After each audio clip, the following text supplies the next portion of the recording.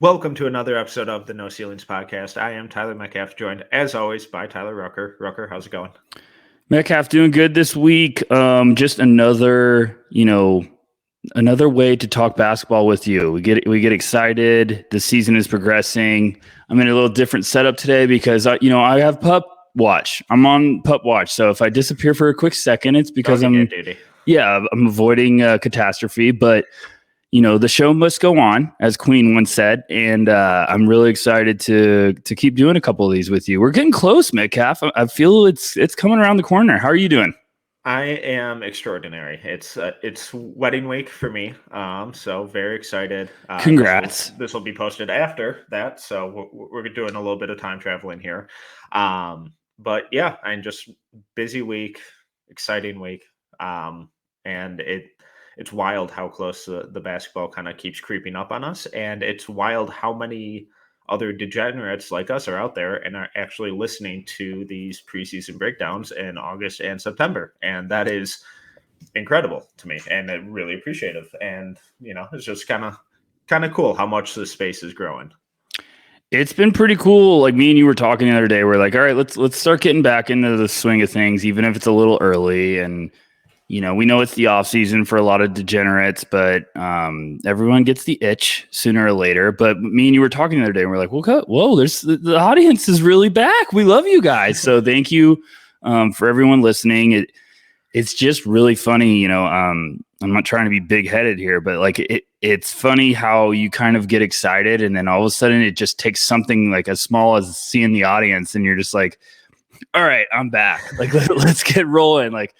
Now, and we had a group meeting for No Ceilings, kind of like the welcome back meeting, if we want to put it that way, kind of just finally getting ready, saying hello to everyone. And it was funny leaving that because I was like, all right, fuck it, here we go. Like year two, let's get ready. Like let's get it really does feel like everything's about to get cooking again. And I'm excited. Year two is going to be fantastic. I can't believe how awesome year one was, and thank you, Metcalf. I'm getting a little off track right now, okay, but thank you for year one. Enough gratitude. We're getting a little too mushy-gushy here. So. No, stop it. But no, I am really excited to talk about these guys today because I'm fascinated to hear your opinions.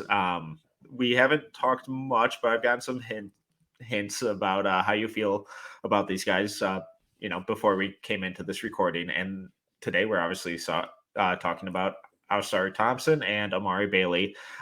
Let's talk about Thompson first. And I know a lot of other podcasts are pairing Amen and Ausar in the same podcast. I specifically wanted to separate them because I do think they are really different players. And I think they need to be treated as such. Once we go through Ausar's game, I want to do a little, comparison, some compare and contrast to him and his brother. But first with Ausar, what jumped off the screen when you first watched him? Watching the twins, it's pretty fascinating because everyone's going to talk about, how explosive, how exciting they are, their type of shots. Really struggling with the shots. Sorry, I have a puppy right next to me that's biting my hand frequently, going through the teething process. So we're gonna have some fun here. I'm a versatile podcaster. It's funny because I feel like I talked to you guys a little bit about the Thompson twins, like just before the meeting and all that stuff, and you guys were clearly leaning one way, and I was like, I don't know if it's as far that way as maybe some others. Now, I understand we did the episode on Amari Thompson. Like, I love him. I mean, we're recording this on the day that they're playing overseas. They're playing Mega, and then looked fantastic to start out the game. I was like, okay, he looks really good. But I sort of like kept impressing me because I feel like everyone's going to think one of them is a very incredible passer with outstanding vision. And I think it's I'm not saying he's not, but I think with the men, it's the flash. The flash is going to get a lot of people in their feelings with the highlights and stuff. Yeah. But I watched Ausar and I was like, he makes really, really good plays. They're just not going to stand out as much as Amin. So people are automatically going to be like, oh, well, Amin's way better player, way better passer. And I think there was a lot that I saw with, am I saying his name right, Metcalf? Because people are just ruining me about names lately. I believe it's pronounced Asar. No, God, now you're in my head about it. I gotta bring you down with me. It's like the Titanic. If captain goes down with the ship. Anyways, I believe it's Ausar. Ausar. Okay. Anyways, we'll call him AS or AT. No, I can't do that because they're both AT. Shit. All right. I'm all over the place. But anyways, let's focus here. He makes a lot of great reads. I kind of liked how he seemed more under control at times on both sides of the floor. I felt like I liked the energy and the activity defensively. We'll talk about that, but I thought the shot looked a lot better to me than his twin brother. I thought it was just smoother. It looked like it had a better kind of foundational piece, but I'm intrigued with him, and it seems like I'm kind of I'm like Jack Sparrow getting left on the island with, one shot, and I got to get on a bunch of sea turtles to get off the island. But I just was kind of like, okay, maybe there's more upside here and more intriguing tools than some might believe. But I'm also ready to be told that I'm crazy because, I can only watch so much Overtime Elite film. No offense to the, faithful Overtime Elite staff that we enjoy and appreciate. But what about you? Hit me with some thoughts, because it was one of those, film sessions I kind of left. I was like, I don't know if I have weird feelings, and we've talked about this before. That happens a couple of times, and you need to circle back and kind of take your time with evaluating throughout the year. And that's how I felt about watching him.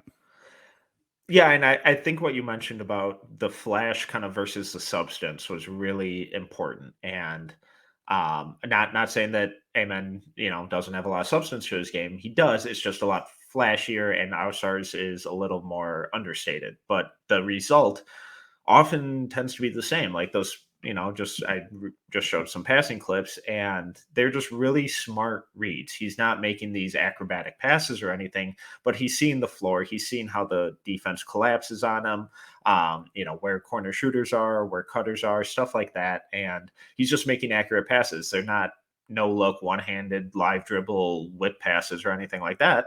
But he sees the guy, he makes the pass. It's on target, it's on time, and it's the right move. So I think that basketball IQ that we talked about with Amen on the offensive side carries over for Ausar too. I think he's a really smart player who sees the floor really well. Obviously, the biggest difference between the two is that Ausar is more of an off-ball wing, whereas Amen is more, has a higher likelihood, I'd say, of being that primary point guard, ball handler, whatever you want to label it as. And Ausar is mostly off-ball.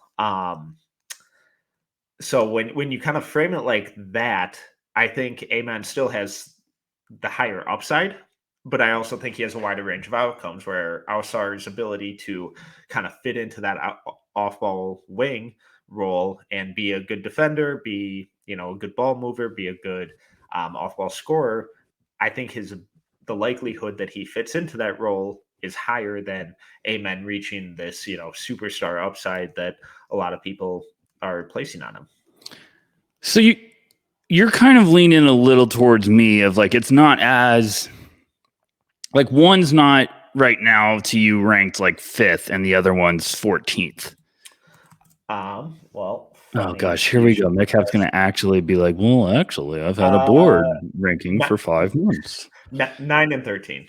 Yeah, see, like that's what I'm saying. I it's close to me. Like I might have even still had Amanda higher, but I was like, okay, I could see a world where one kind of starts trending to get ahead of the other. And I'm not trying to make this episode only just comparing them two, but That's what everyone's going to do because it's a unique position that we get to watch 2 potential lottery prospects that happen to be twin brothers on the same team all year.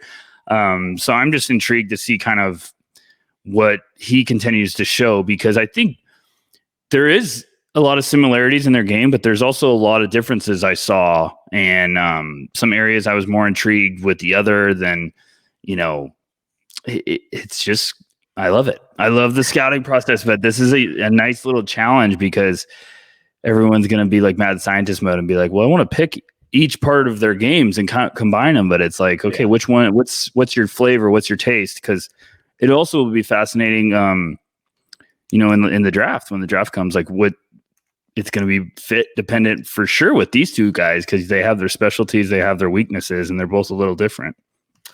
Yeah, so I want to talk about Ausar's scoring here real quick, and I was generally impressed with it. I thought it sounds like you're a little higher on the shot than I am. I think it has a ton of work to do, both off the catch and off the pull up.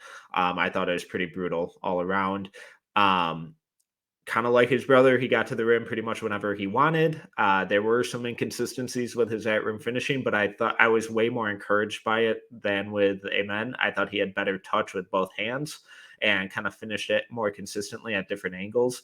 But still, handful of missed layups that he should be making, especially with his athleticism. But I mean, his balance, his footwork, his touch, his ability to really quickly change directions and finish at the rim in different ways, I thought was incredibly impressive. Yeah. I think the touch around the basket kept having me kind of come back to him. And it was just something that I was like, the touch, the feel, that's making me a little bit more comfortable compared to like his brother, because his brother just had some erratic misses. But there was just some flashes here that I was very intrigued with. And both of them, their shots are all over the place. And they're going to need to take some strides. And watching that scrimmage today, I thought already, Amon's shot looked a little bit better, but we'll see how it goes throughout the entire year. But it really just is. I feel like when you're that type of athlete, I feel better when you have the ability to drive, but you can also finish with some touch and creativity, because there's some guys that just struggle to develop game rep touch throughout their career. And if you're a young guy and you have that already, I feel a lot better than if you're just like, okay, I'm this super athlete, but I drive, and if someone cuts me off, I'm in trouble when it comes to finishing. But I'm like you, there's some mistakes, there's some missable layups and stuff he's got to get corrected, but it's just really a puzzling debate between the two of them. But I don't know. Let's keep going, McCap, because there's an area of his game I was very intrigued with that I want to talk to you about. Is it the defense? Yes. Go. No, I want to hear what you say first to see if I agree with you. I thought, like on that drive, I thought there was some laziness to his on-ball D, where he would just try those like reach around pokes and like reach across his body with the wrong hand for a steal. But generally, I loved the defense. I thought on ball, really good footwork, not afraid of contact, great hands when he didn't make those clumsy reaches. And then I thought his off ball defense was way more consistent and kind of refined than Amen's. I thought his rotations as a shot blocker were a lot more consistent and disciplined, and they weren't just him hunting shots, but instead making the right play and helping his teammates out. So I really, really liked his defense. I liked it. It was the part of his game that I was more intrigued with when I was talking about like comparing him and his brother. I saw him defensively and I was like, I really like his defense. I thought it's just a lot more activity. It looks like it's going to be potentially a strength of his game. And I just liked all the foundational tools. It looked more in tune, and he looked more engaged constantly, and there was just frequent activity. And that's where I was like, there's a desire here to be a lockdown defender. There's a desire to be competing. And I'm not saying a man can't play defense. I'm just saying, like, with him, you could see that he's a little bit more of a coaster. And I really do feel like with Ausar, I was just like, okay, I really, really like how he's playing, his activity. Yeah, he can get a little lazy. He's going to clean up some stuff, but it seems way more like desire to do this. Mhm. So Metcalf, you're going to have to go on a rant now because my dog's about to pee in the middle of the carpet. So there you go. No, I thought the biggest difference was that with the off-ball defense, Asar is honed in and he's keeping himself between the ball and his man, and he's making these really smart, well-timed rotations. He's consistent with his positioning. It's something that he clearly takes pride in, and when a shot goes up, he doesn't just turn and watch. He's boxing out or making the rotation or hitting a body. Whereas Amen, it's just kind of stand still, upright, watch the ball. Let's see how it caroms off the rim. If it comes to me, we'll run in transition. Otherwise, who knows what happens? And Asar was always engaged off ball. And, a lot of those weak side blocks, they're like, holy crap, that's impressive. But they're also not just him chasing blocks or chasing steals. It's him moving his feet on defense, being balanced, reading and reacting to where the ball goes, where the ball handler moves, how they dribble, and just kind of having that better sense of where he needs to be 1 to 2 passes ahead of, where the ball currently is. Do you see there's a world where Ausar gets above Amen in terms of the draft? The only way is if the shot takes a serious improvement, I think, because I think the on-ball creation, scoring, playmaking upside that Amen has is pretty significantly ahead of Ausar, and I just see NBA teams selling themselves on that superstar potential that I think Amen has because of that on-ball stuff. More than what they would see in Ausar, who I think is going to be pigeonholed into pretty much a role player kind of slot who plays really good team defense, can move the ball and slash on offense. But if the shot never really improves to a substantial level, then he becomes really difficult to play.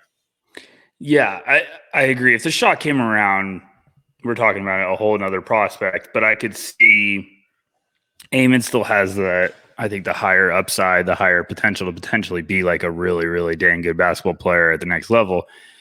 But I still think like Asura could be a really nice piece, like someone that really, really helps your team take that next level. You're potentially playing him, as a complementary piece in playoff series and crunch time minutes, just because he can make the right read. He can make defensive stops. He's got that athleticism. He's got the size. So it's just a fascinating little thing. Cause now I'm more intrigued to watch them throughout the year because you see the foundation of tools and skills that they have. But I think there's also another level that both of these guys can reach. And, yes. We talked about this on the Amen episode. We were like, they need to go out and dominate this year. And I still believe that, like, especially not just Amen. They both need to. They both need to show some serious stuff. And it's just going to be interesting to kind of have a feel. But I still want to go back and watch more film on him now because I still think I'm still puzzled. Like I still believe like maybe there's a higher ceiling for Asura than I'm not realizing, or maybe it's maybe I'm wrong. I don't say I'm always right, folks. Maybe I'm wrong and everybody else is right. Yes, I think one of the biggest things that differed between their 2 seasons at OTE last year, and I think it's really important to make note of, is how different their roles were and what they were kind of afforded to do. Where Amen was given the ball, he was initiating the offense 90% of the time. Asura didn't get that chance. So I know growing up, like going through high school, EYBL, all that kind of stuff, that was kind of similar to the roles they had played. But I really want to see this year Asura be given the capacity to initiate the offense, to act as that primary ball handler and creator, to see if that is a route that he can kind of go down as well. Because if he can prove that and prove that he's adept at doing that, then I think that kind of expands the role of what he could be in the NBA. Whereas right now, he's just kind of playing off ball and allowing Bryce Griggs to initiate the offense. And, no offense to Bryce Griggs, but that was not my favorite experience. We're gonna get you a Bryce Griggs jersey for your wedding gift. No, I mean, this is the tough part about the Overtime Elite, and I'm not trying to slander them, but this is why I love the G League Ignite, is because the Ignite focus on developing guys. Yeah. I know they're competing, I know they're playing the games and they're keeping score, but the Ignite's goal is to get these guys ready to potentially play, not at the NBA level, but maybe they play overseas, get them developed for the next step in their basketball career. The Elite, if they want to take that next step in this league of development and kind of be running with the big boys, they need to have that primary focus too. And I'm saying they need to showcase both Amen and Ausar as, like you're saying, put the ball in their hands, run plays to get them as the pick and roll facilitator. And no one cares if you guys are winning the games. Right. I don't give a shit if the team Elite goes 10-0 this year. I don't care. Yeah. I'm sorry for all those guys. Like, I get developed, show progress, and get ready to take the next step as an NBA player. And those coaches got to know, you got to swallow some pride and do the same thing too. Like, put those guys in position to succeed. And playing one off the ball the entire time, is that really helping him? If that's his weakness, that's not helping him. You're just hiding his weakness. And then it's going to get exposed even more at the next level. So, you need to work on their weaknesses. So, it's not throwing a bunch of guys to the wolves. And I'm like you, put him on the ball. Let's see what he can do. Maybe there's more to his game that we're not realizing. Maybe we see another level untapped. It'd be really, really interesting. Metcalf, you're back on the rant. I got puppy duty. This is what we do, folks. I gotta be versatile. And that's what we talked about all last year with the G League Ignite and Jaden Hardy, where they put him in uncomfortable positions to grow his game. And that's what we saw from him early in the season. He really struggled, and everyone, jumped ship on him. And obviously, yes, he still went in the second round, but he got a lot of those on-ball reps that he wasn't necessarily comfortable with against better defenders and better competition, but it improved his game, and he improved throughout the season. And then, then he took a step back a little more into more of an off-ball role. And then we saw him really succeeding in running off screens and then using that experience that he had on ball to kind of pivot into an off-ball playmaker by, executing these DHOs and running off screens and then creating that by getting downhill and doing that kind of stuff. And we just don't see that from the OTE, or at least in year one, we haven't. It's only year one. Hopefully they make a pivot in year two and start putting Ausar more on ball, start making him do things that he may not be 100% comfortable with, and it may not make all of the highlight film, but it will make him a better player because he'll get experience in areas that he's not used to. And that's the only way these guys ever get better, whether it's at basketball or writing or, video, whatever it is. You have to make yourself uncomfortable, and that's the only way to improve. And, when we talk about Amen, I would like to see him even off ball more. I would like to see, can this guy figure out how to cut, how to time offensive rebounds, how to run off screens, and then create, by using screens to get downhill and not just out of the pick and roll and isolation. Because in the NBA, if that's all he can do, okay, cool, you're an easy guard. I'm going to go under every screen and dare you to shoot. And once you give up the ball, you're an easy guard because I know you're not moving. So I just really hope that both of these guys get made uncomfortable this year. I hope they're allowed to do things that they're not used to doing and put into different roles and situations that we really haven't seen them primarily in. My best life advice that I've ever gotten and ever experienced is you have got to get out of your comfort zone to grow. That's exactly what they got to do. You got to get out of your comfort zone if you're going to become a better basketball player. You have to work on areas of your game that is not your strengths. Their shot was not a strength last year. So they've probably spent the entire offseason working on their shot. And it's not just that. They got to work on other aspects of their game. You have to demonstrate that because these guys might be gifted passers and playmakers and stuff, but they're not going to get drafted and be like, here's the keys to the car. You run the show right away. What if that team is, the Pelicans and they got CJ McCollum and stuff. And it's like, they're not going to just say, hey, CJ, give the ball to him all the time. It's his show now. Like, no. And I'm just using a hypothetical, but it's just going to be really interesting because this is where you walk a fine line. It's like walking the plank. I feel like on a pirate ship, it's just the idea of the Thompson twins is really damn exciting. Like it is really fun, and it's fun you get excited as an evaluator, but those guys don't always work as high as it's not always a home run with those guys because their weaknesses can really be dangerous weaknesses at the NBA level. Now you could probably hide them with the right team, or you can deal with them. Like, we've joked about like Ben Simmons, how he's so damn good. He's not a threat from outside, but he's so damn special. And he's 6'10". He's got incredible playmaking vision, locks up on defense. Very important areas to have. But you better be able to bring it at a high level if you can't be a threat from the outside. And that's where we're at with both of these twins. They have a lot of freakish tools. They have a lot of special gifts, but they got to get one. You got to get something else. If you're not going to have that shot, you got to have something else, or you got to have some elite skills that are going to make you stick around and have a really long career.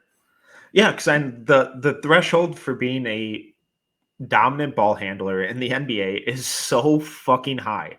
Yes. And just because we see freak athletes who can dominate at lower levels like college and OTE and G League Ignite, like that doesn't mean that it's just naturally going to translate, because the guys that they're going to have to beat out did the exact same thing at their level and are pinned into off-ball roles and complementary roles. You have to be so fucking good.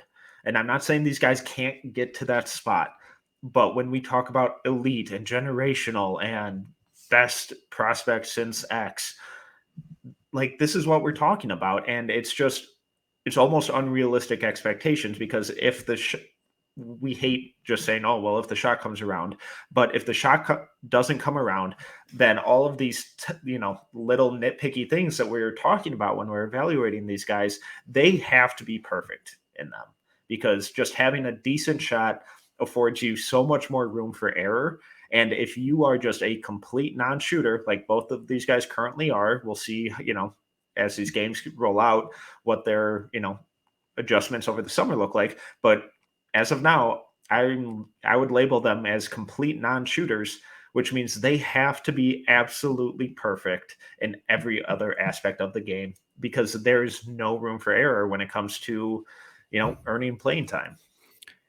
I mean, this is just the first two players I'm thinking off the top of my head, but it's kind of the similar storyline with them, and it's two drastic, differences. We just talked about Ben Simmons. Ben Simmons, 6'10", absolute special passer with incredible vision, very dangerous defender, very, very versatile. Like those are all incredible, abilities that he had up to basically his resume to be like, hey, I can't shoot. I'm not going to be shooting 38% from three, but look at everything else I can do. Right. Rajon Rondo wasn't a shooter, was a brilliant basketball mind.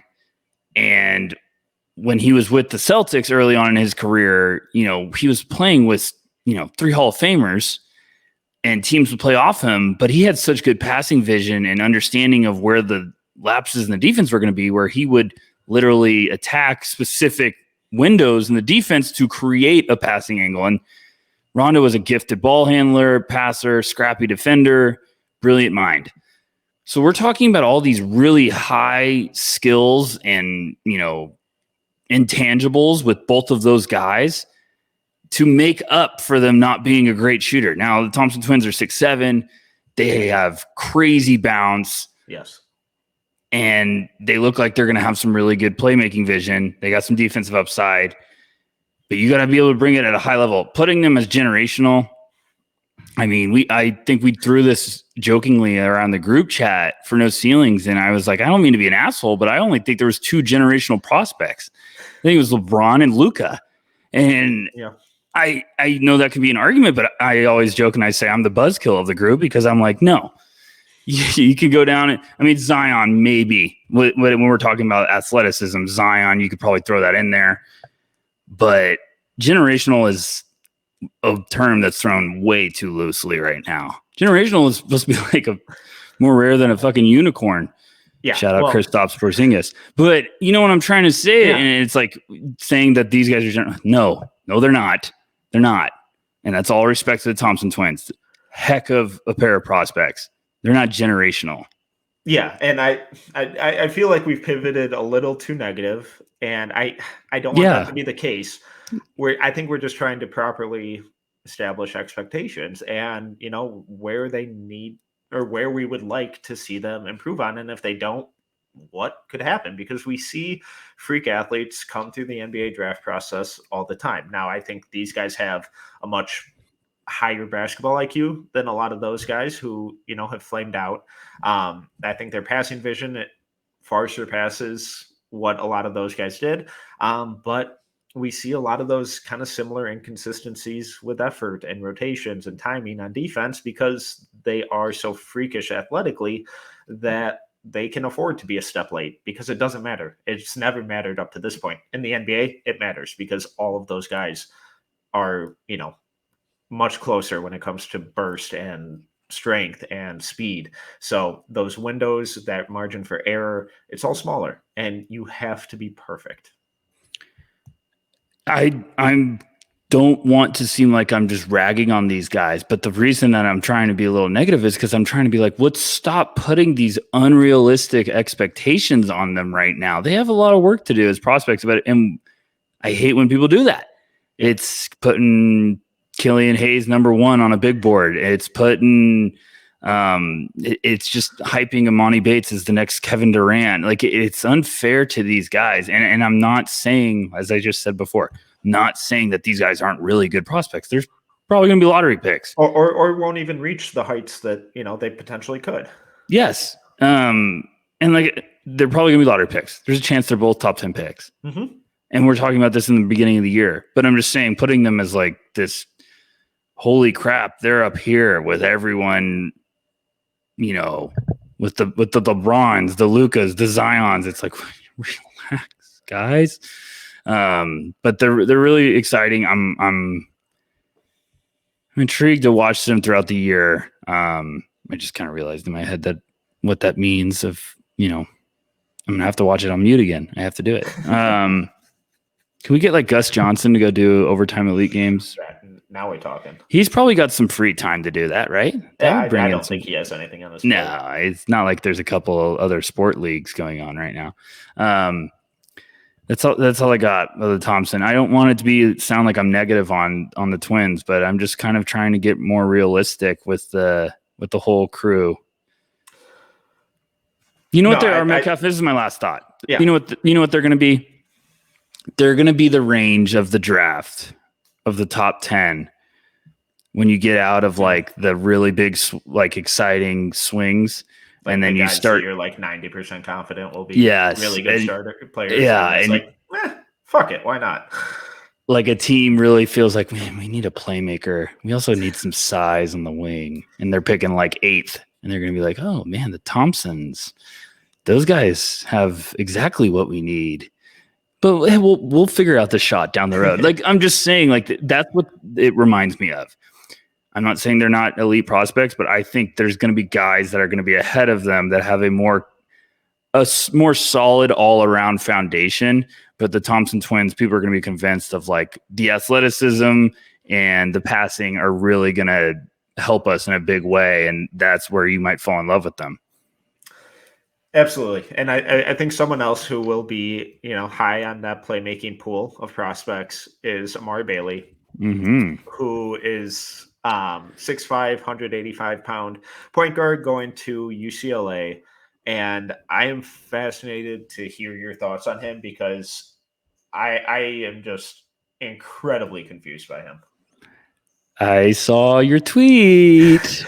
I did some creeping, Metcalf. I don't know if I'm more excited to talk about a prospect than Amari Bailey right now with you, because I feel the exact same way. The ups and downs I have during his film are just like a roller. You'd throw up on a roller coaster, 100%. Even the person that loves roller coasters would just be like, can't do it. It's like the Tower of Terror. I really like some parts of his game, and then I see some and I'm like, I don't know. And then I see some and I'm like, okay, I like it. He's just kind of an emotional roller coaster. Wow, I've used roller coaster way too many times in 5 minutes. Yeah, That's a lot. I'm gonna have to watch way more film. Yes, obviously. Let me get that out right away. Are we going to get enough film to watch? Probably not. Or is Mick Cronin going to do Mick Cronin things and bury the freshman? I think Mick Cronin's going to like him because he's going to be I think he's going to be a guy that makes extra play. Like, I don't know where to start. So he has this weird combination, and I can't stand it.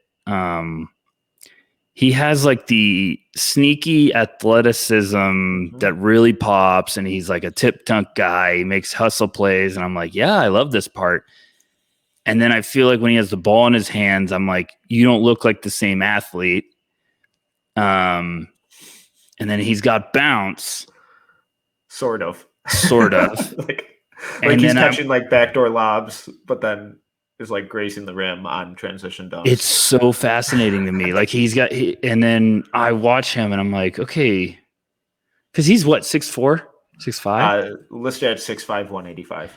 I feel like I looked that up on 5 websites while watching his film, and I was like, every site's lying to me. Because he doesn't play. He doesn't look like that to me. He looks like he's 6'2", 6'3".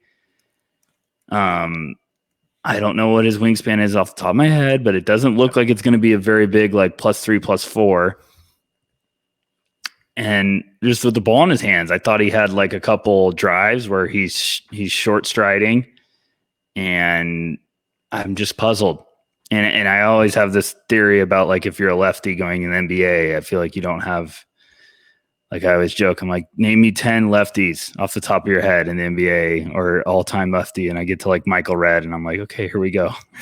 Really scraping the barrel. But I like how he plays. He seems tough. He seems like he's going to be this guy that you go back and forth with every week when you're evaluating. Like, okay, really like how Amari Bailey played. Or I don't know. I just got some questions. Where were you at? What made you so puzzled? Because I saw your tweet and I was like, "Whoa, Metcalf, you found a puzzle, huh?" And then I watched and I was like, "Shit, I'm there too. I get it." Yeah, so I'm like, this play is perfect where he gets the switch, really good ball handling, really good footwork. Beats the defender like 4 different times, sets up this awesome step back, doesn't take it, instead decides to drive. Great dump off pass, but he's out of control, commits the charge.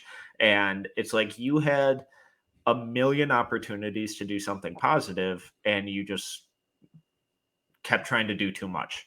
And that's what it always felt like, where he is really skilled with the ball in his hands. I think he's a really impressive ball handler. Some of his passes I thought were really, really impressive. I even think he's going to be a good shooter. But whenever he tried to create something, it was always too much. It was taking the extra dribble. It was, trying to beat the guy for the 3rd time instead of settling for the mid-range pull up on the 2nd time. And that never kind of ended up in something positive. So I think the individual skill is obvious with him, but the kind of just understanding of, just take what's easy. Like, it's okay to play simple. Playing simple a lot of the times is the best decision. Obviously, you need some of that skill, that flash, that flair, but so frequently guys try to make it a lot harder on themselves. And it seemed like that's what he was doing over and over and over and over again, which was just so frustrating. It definitely, one of my least favorite things is like when you dribble 15 times and you haven't moved. Yeah. And I feel like I feel like an old man from like the 70s, yelling at someone to not play basketball like the old school way whenever I get annoyed with that. But it's just dribbling with how, movement. It's just like, okay, you start in the same spot. He has a couple of drives where I think he's going to have to be this guy that he's not going to blow by everyone with his first step, but I think he's going to just be able to pick you apart and break you down. Yeah. But I also feel like he has some times where, exactly like you're saying, he makes things a little too complicated. He tries to do too much, but sometimes it works for him and he makes some gorgeous reads, some gorgeous passes. That exact same game, I watched that game and I think he makes a beautiful drive when I think it might have been even like tied or something, and he makes a beautiful drive and throws a gorgeous kick out to the corner, and a guy hits a three or win it or something like that. And I was like, that is a very, very impressive play because, you got to take in that moment for him. He was probably like, hey, it's my year. This is my team. Big. They need me in the moment. And he didn't force. He kicked out. Guy was wide open, hit a three. So there's some flashes that you like. There's just also some decision-making where I'm like, ooh, don't know about that one. Mick might not let you get on the court if you keep throwing those. But he's just one of those where I feel like you take the negatives and you take the positives and you kind of lean each way and you're like, hey, that's just kind of what we're getting. Because he does do a lot of stuff where I like his energy, his effort. The mentality looks great. He looks like he's just going to be a fighter. And that might be perfect at UCLA. Yeah, I think obviously we don't know the kid, but I think a lot of this could kind of pivot on how coachable is he and how stuck in his ways with some of these bad habits is he going to be, or is he going to be willing to be like, oh, okay, no, I get what you're saying. Like, I need to do this instead of that. And something that really impressed me with him was kind of how positionally flexible he is, where he can play on ball, he can play off ball. I thought he was a solid off ball shooter. They ran him off screens for like backdoor lobs a lot too. Obviously, I don't think he's going to be doing much of that at UCLA with just the disparity in athleticism and size and all of that stuff. But I don't think he's solely pigeonholed into being just a point guard, where he's more of this kind of combo guard who can play on, can play off. I thought he kind of moved fine without the ball. I thought the shot looked solid. So with this UCLA team that, Mick loves playing as upperclassmen and playing more experienced guys, he's going to have to play a little more off ball and be put in those roles. And I don't think it's going to be an uncomfortable, adjustment for him, because it's something he did at Sierra Canyon and looked pretty comfortable and consistent with. I would lock him in a locker room and make him watch Jalen Brunson Nova clips for 3 hours. I like his game, and he's got the size. He's like, I said he looked smaller on tape, but if he is 6'5", if he can play both positions, if he has that ball handling ability, if all of a sudden, his shot is consistent, he's got that pop to make some plays above the rim. He's got that energy to kind of keep possessions alive. He has a lot of good stuff that teams are looking for. And, I know Amari was a very hyped prospect, playing at, Sierra Canyon and generating all that buzz in Southern California. But this is a guy that I think, we'll see how his first year goes. That UCLA team's going to have a lot of really good pieces again. I think Tiger Campbell's back. Who's our boy at No Ceilings? Jaime Jaquez. We have some very degenerate Jaime Jaquez truthers out there at No Ceilings. Shout out Corey. Who else? Nick. Yeah, Nick's there. So the team's gonna be good again. And what I'm getting at is, I don't think it's a bad. This isn't a guy that I wouldn't rule out. Like, maybe he doesn't need to be a one and done. Because, Jalen Brunson played 3 years at Nova. He just got a very, very nice contract. Amari looks like a guy that knows he has some pop and athleticism that needs the game to slow down. Like if he could play more under control and understand when to use his burst and when to use his speed and stuff, I think that could go a long way with him because his ball handling is impressive. Yeah. And if he really is 6'5", 6'4", that's a good check if you can offer that versatility. Because I'm like you, I was intrigued with. He looks like he's got some off the ball potential. I feel like I saw him cut a couple times, and I was like, okay, if you have this too, but. They're all blur right now, Metcalf. This is what I've been missing. This high of just having like thoughts all day. I feel like my fiance will be asking me, what do I want for dinner? And I'll be like, gosh, I wonder if Victor's going to be working on his post moves. Yeah. What else did you got? What did you think of his defense or where else are you puzzled? You take it over. Cause I feel like we're in a therapy session now because I don't know the last time you told me you were puzzled with a prospect like this. Yeah, I thought his defense was good enough. It felt like a high school kid playing defense. But I thought some of the flashes that he showed with like his weak side rotations and off ball communication and movement, I thought it was promising. It was like, okay, there's something here to work on. Now there's a lot of gambling, a lot of ball watching that was going on, but I dare you to put on a high school game and show me a player that doesn't do that a handful of times throughout a game.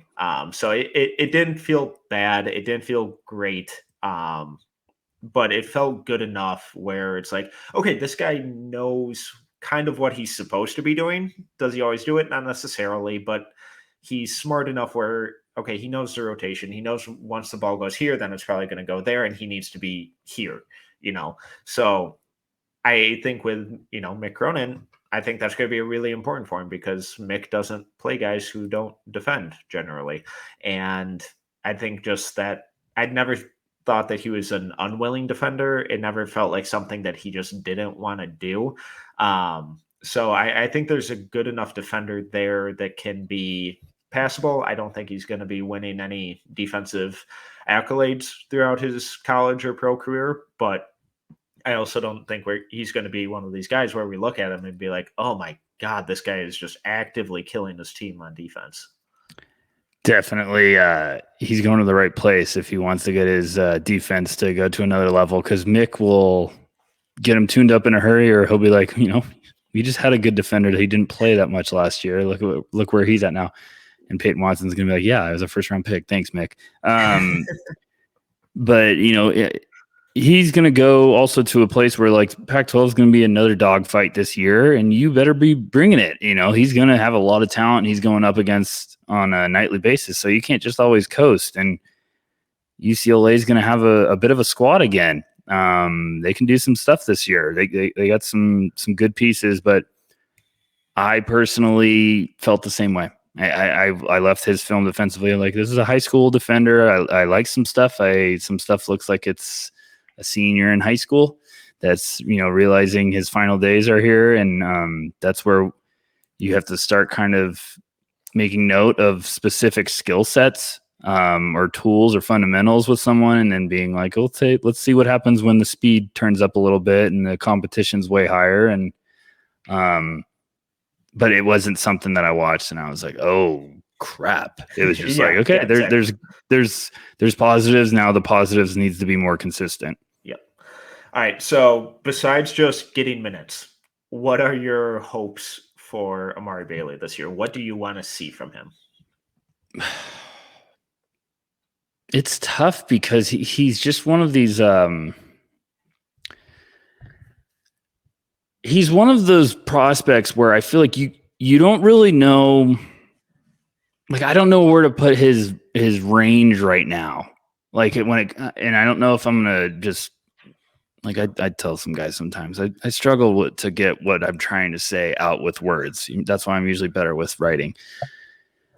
I don't know what his ceiling is. I don't know if he is a potential starting off ball guard in the NBA. I don't know if he's a jumbo point guard. I don't know if he's a heck of a sixth man. I don't know if he's the Jalen Brunson clone that's a little stretched out. I don't know if he's the change of pace guard. Like that's kind of where I'm puzzled with him. I am trying to see what's the long-term upside here. And unfortunately it's either you can watch more film or you're going to just have to wait for him to get lined up against the big boys. And I think that's what I'm gonna have to do. And that's probably also like, this is a guy that I usually will circle in the beginning of the year and I'll be like, this might need a trip. I might need a trip to go watch this in person until we get to the point where I can just go watch everyone in person. And the way you can help that is by subscribing to No Ceilings. It's absolutely free. But that's where I'm at Metcalf. He's one of my, I feel like I make a list this time of the year or when the season's starting and I kind of make a point of like, I'm going to struggle with this guy. I need to go see him. And Amari Bailey's up there pretty quickly of, I need to go see what the buzz is all about, because like we've said before, watching on tape is one thing, but getting an evaluation in person is a whole nother world. Absolutely. And what about you? Don't ask me the questions. You're puzzled. Let's ask you. This is most important to ask you. What do you need to see to get? I feel like you're waiting to see where the stock price goes before your investment. So where do you need to see from Amari Bailey to be like, you know what? I'm on the positive side of the fence. I'm in. Probably just an improvement with like the consistency of his decision making, where he recognizes when he has a guy beat and then doesn't try to beat them again and again and again, where it's like, oh, this awesome crossover into a step back that I just created 7 feet of space for. Yeah, I should probably shoot this 3 instead of crossing over and driving again. So just kind of stuff like that. I think he's a really talented ball handler, really smart passer, really skilled passer. And I think the scoring game is promising. I think the shot's good enough. I want to see a little more of that. I'd like to see him be a little more willing to shoot off the bounce, just to kind of get a better sense, selfishly, to get a better sense of where that's at. But I thought his mechanics were pretty sound. I just got a lot of D'Angelo Russell vibes from him. And I'm not trying to say that a good one just because the lefty, but this kind of herky-jerky ball handling, ability to get to his spots, and can play on or off ball, really skilled, doesn't always translate to the team success and making those right decisions all the time. Obviously, if he ends up having D'Angelo Russell's career, that's a hell of a career, but it's also going to be a really polarizing one. So that's kind of the vibe of what I got from him. That's a really good one. And I agree with you. It's not just because of the lefty thing, but I understand what you're saying with like the herky jerky. And also people forget like D'Lo at Ohio State was a very fun prospect. And even for Minnesota right now, he's a really good player.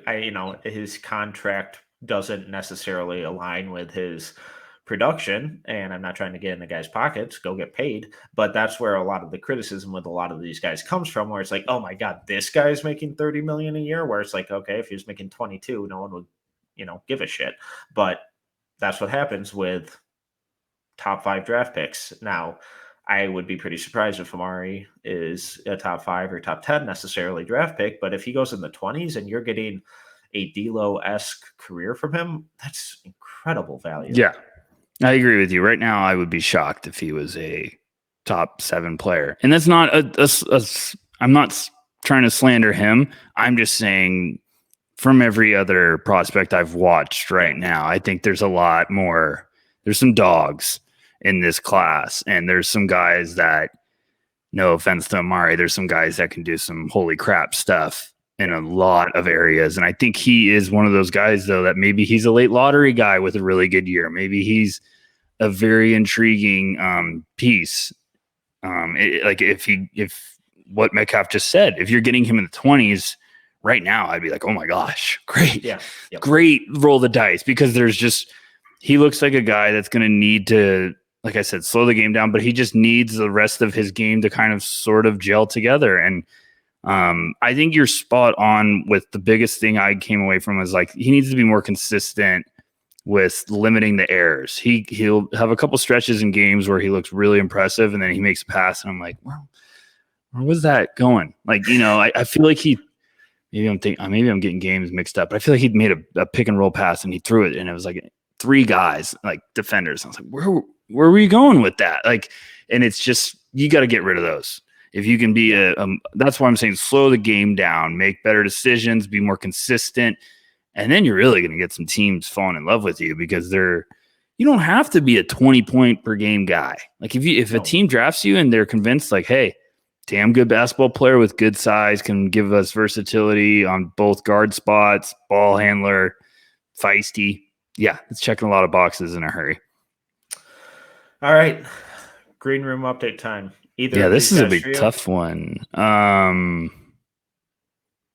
think Amari's out. Agreed. Okay. Feel bad for him. The text didn't go through. Bad service, but I don't think he's there yet. But I mean, he's an LA kid, so he's probably just hanging out at the beach anyways. With he left the phone in the bag. He's out just enjoying the sun. Yeah, I mean, he might be at the beach. He might be at the beach at night, little bonfire action. He's like, exactly. The club was last week. I don't need to go this week. Let's change it up. He's just hanging out. Yeah, he's just vibing. He's trying to get in tune with his LA vibes a little bit deeper because he's like, all right, now I'm a UCLA boy. He's probably hanging out with Bill Walton, going through like initiation or stuff like that, Off on a very lucrative NIL photo shoot. Yeah, there you go. All good things. Hanging out with Bronny, stuff like that. All right, what do you think? I'm gonna say no. For us, sir? Yeah. I'm gonna say no. All right. And it's devastating for his brother. Just devastating. He's like, why can't a man's in the club and he's more rattled that his brother can't get in. So he's trying to like grease up the bouncer and be like, come on, man. We were here last night. You remember us. And the bouncer's like, yeah, your brother broke 3 things. So he's, security risk. All being serious though, he has a shot. We're just filling up close. Fast. He's close. We're just filling up fast. So I can't be saying yes to everyone. Exactly. We just need to see some improvements, and if we see some of this domination and that we're hoping for, and even if it's just steps in the right direction and more consistency in different areas and some domination, or if we even just see him start being uncomfortable like we were talking about earlier and playing more on ball and getting more of that, more of those repetitions, who knows? Do you have the list in front of you? I need an update. I feel like the listeners need an update each time we do this. Yeah, so obviously only 14 spots available, and we currently have Victor Wembanyama, Derek Whitehead, Jarris Walker, Scoot Henderson, Cam Whitmore, and Amen Thompson. It's a pretty damn good list so far. While we're on it, let's talk a little bit real quick. What did you think about the news about Victor versus Scoot? I'm going to do everything in my power to go to those games. So hopefully I'm going to do a live podcast with you from my immediate reactions. I don't care if I have to go Maximus and Gladiator mode to get into the doors, but I'm pulling some strings, working hard. A couple little birdies are helping me out. So your boy will be there one way or another. Well, what do you think? Are you excited about it? Are you, do you think it's just interesting? It's just funny because I'm like, are we going to be doing this now? This is what they should be doing. Yes. They should be getting every international guy over here. Why not? Why would we not do this? It's only going to make basketball, the products, like bigger. Why don't they they should do a damn preseason tournament with the Ignite and all international prospects. Boom. Silver, call us. We'll come cheap. I love the idea. I think it's really smart. Why not? And if Victor's going to be as big as some people, are selling him as, then get him over here on US televisions immediately so you can sell him. Just from a marketing standpoint, the amount of international talent year over year is astounding. And, if we predict the next 10 MVPs, how many are going to international guys? And the NBA hasn't done a great job of marketing these international guys. Now, a lot of the time they don't, that's on them, and they just have different priorities, and who knows, but the NBA hasn't been great at marketing these international guys. So I think it's a step in the right direction to do that with Victor. Just from a basketball standpoint, I think it's going to be really fun. I think it's going to be a great showcase for a lot of really promising young talent. And Scoot and Victor have been hyped up as potential number one picks in this draft for what feels like 4 years. And we're finally going to get to see them play one-on-one. When I looked at the dates and saw that they were on a Tuesday and Thursday, I was furious because I was like, God, I was thinking, okay, I'll find some way to swing a quick weekend Vegas trip, and can't do that on Tuesday and Thursday with work. So I was a little bummed, but I'm just thrilled that they're televising it, that they're doing it. It's something different, and it's just another really just promising selling point for the Ignite program, I think, because they're going against pros.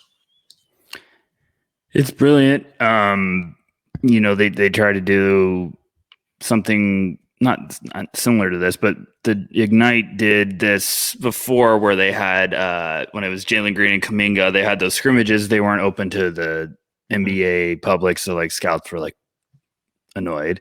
Yeah.